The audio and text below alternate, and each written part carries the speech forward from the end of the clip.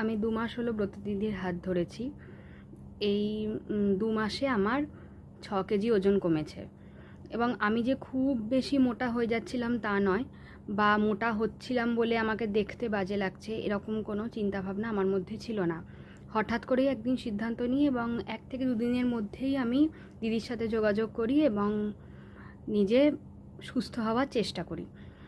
তো ছোট থেকে যথেষ্ট মোটা কোনো দিন ছিলাম না এবং ওয়েট গেনটা আমার বেশ এই কয়েক বছরেই হঠাৎ করেই শুরু হয়।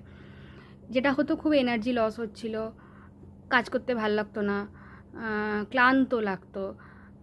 তো ব্রত দিদির সাথে যখন যোগাযোগ করি তখন এই সমস্যাগুলো আমি দিদিকে বলিনি, তবে আমার ওয়েটটার কথা আমি বলেছিলাম যে আমার 67 ছিল তখন। তো দিদি তো প্রথম থেকেই উৎসাহ দিয়েছিল কেন পারবে না বা কিছু।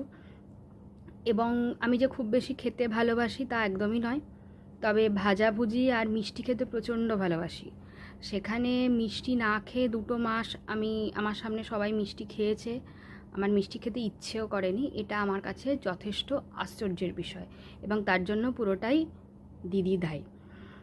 দিদির এই মোটিভেশনটা না থাকলে আমি কখনোই পারতাম না। আর আজ 2 মাস পরে দাঁড়িয়ে আমার আমার এনার্জি অনেক বেড়েছে।